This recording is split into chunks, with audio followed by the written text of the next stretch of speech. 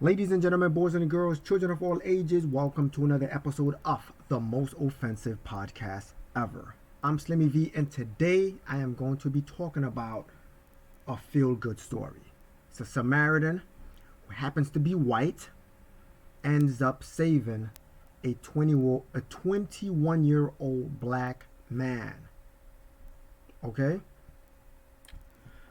And the reason why I wanted to show that story is in this day and age where we have stories that's dividing America, segregating this nation, we need to be uniting and bringing all races, creed, religion, sexual preference together as a whole. We need to be as one. We need to unite. And this is one of those stories that is an example of that. Instead of taking the negative and saying, this is America, I am going to show you why can't this be America? Why can't this be the representation of America? What am I talking about? I'm about to show you right now. But before I do, please consider hitting that like button, share the video, and subscribe to the channel. Okay, those of you who are already subscribed, I appreciate each and every single one of you. And thank you for riding with me. It's going to get bumpy, but hang in there. All right. Now, without further ado, let's go ahead and roll the video. More news for you now. When an Uber driver saw two men badly wounded in a drive-by shooting, he immediately stepped in to help. WGN's Tanya Francisco spoke with that Good Samaritan today. What did he have to say, Tanya? Well, Lourdes and Ben, it is nice to know that there are still good people out there. This story begins with that drive-by shooting that you mentioned on 29th and Federal last night. The driver of that car was actually injured. He was able, though, to drive off and try to search for a hospital, but instead he ended up crashing near Roosevelt at Clark. And that's when the Good Samaritan Uber driver came to the rescue. He lost so much blood. An emotional night for Michael Bussin as he recounts the harrowing night he had when his SUV suddenly became an ambulance. Bussin, an Uber driver, was dropping off a fare in the South Loop near Clark and Roosevelt when he heard a crash. His camera was rolling as he pulled up on the accident scene. That's when a young man limped over asking if he could take his brother to the hospital. He had been shot multiple times in the stomach area. Without hesitation, Bussin said, Dude, get in my car. Get your brother. Let's go. He's like, you take us out. Like, both of you get in my car now. I must say at 100 miles an hour at some points. But the camera is still rolling while they were rushing to Northwestern Memorial Hospital. You can see the brother who was shot in agonizing pain. Because the kid in the back kept talking to his brother saying, I love you, bro, no matter what, I love you. And the kid's just like, stay awake, stay awake. And the kid kept dozing off and falling over. He hopped over the other one. He said, you gotta stay with me, man. And he called his mom. His mom was a nurse. And his mom's just sitting there talking to him.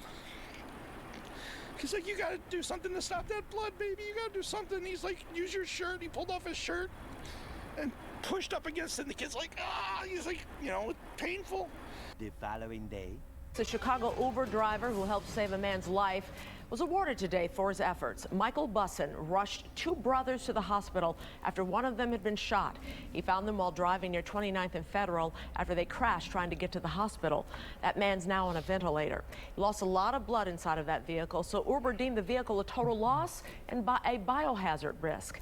And today, activist Jamal Green wanted to help Bussin fix the damage, but Bussin declined. I want you to give it to the family. Okay, go ahead. You can give it to the family. No, I'm giving it to you to give to the family. You want me to give it to the family? I want you to give it to the Okay, family. no problem. So he wants to give it to the family. So we're going to go ahead and give it to the family. I'll figure out what I'm going to do later. This kid needs more help than anything, and those kids need food. Okay. I'm not going to turn around and drive around in a luxury SUV with those kids not having food on the table.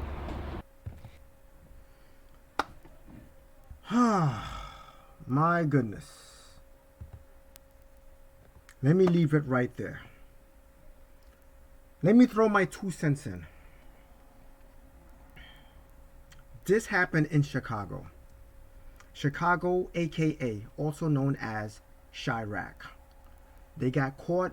They could have been innocent bystander who got caught in a drive-by. Black people in Chicago are more likely to get killed by drive-bys than they are by police or a white man. Of course, right? We all know this. But man, this story is very touching. To see a white man,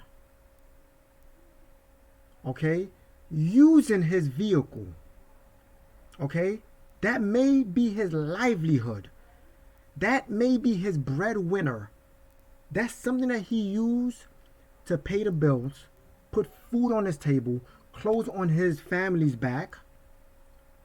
That might be his number one way to bring money into his household. And he used that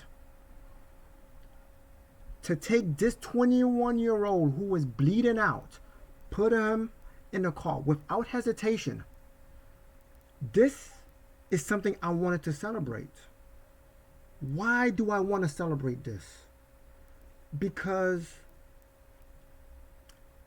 of the demonizing of white folks. To see white folks bowing down to blacks as if they were a part of something that happened years ago. Slavery, Jim Crow era. Bowing down, saying sorry. I don't like to see things like this. This is what I like to see. These are the type of stories I love to see. And I think this should be splashed on the front page newspaper. This should be on CNN playing 24/7. But it's not, because this type of story does not sell. This type of story does not grab eyeballs. And in this environment that we living in right now, where there is dissension between white and blacks, police and blacks, men and women, children and parents, we need something like this that's going to bring us together. This man gave up his livelihood, his breadwinner, to take this young man to the hospital. His vehicle is not usable anymore. And he did not take that money. He said, give it to the family. This is a white man. When we demonize the white people, we are not doing any good to our country, because they are a part of this country. We are a part of this country. Together, we make the whole country. There should not be hatred for our white brother. There should not be hatred from white people towards our black and brown brothers. This is America. This should be the representation. When people say this is America, they always take the negative part and plaster it. And then other countries look and say, America is racist. Like China lecturing us and saying, you guys are racist. You guys need to fix your country first before you come and fix ours. You guys cannot say anything about what we're doing in our country. This was China lecturing America. Why? Because this image that I'm showing you right now, that's in my screen, is not the image that major news media likes to show. But I'm showing it to you. And I want you to spread this message. I want you to show people that this is America. We have good. We have good-spirited people helping blacks. Does this offend people? Just because I'm saying this, does this mean that I'm bound down to the white folks? Or not wanting to accept racism? If that's your thoughts, then you totally lost in what I am trying to show you. You are totally lost. And your brain is so far up your you know what that all you see is crap. When you look at America, all you see is the dark side. All you see is the evil. You cannot see the good in America. You cannot look in the cloud and see the shine or the sun that's coming from it. You always got to be pessimistic. Can we be optimistic once in a while? The news love to share and show the bad because it sells. It makes the front page news more times than these type of stories. And we need to show these. He gave up his breadwinner to save this young black 21-year-old who was shot during a drive-by in Chicago. And you guys want to call America a racist country? Hey, racism is just a part of life. That's all. Just a part of life, not everything. Okay? Enjoy this. Comment on this. Share this video. Like this video. I am going to post, I believe he does have a GoFundMe. I'm going to post that information in the description below.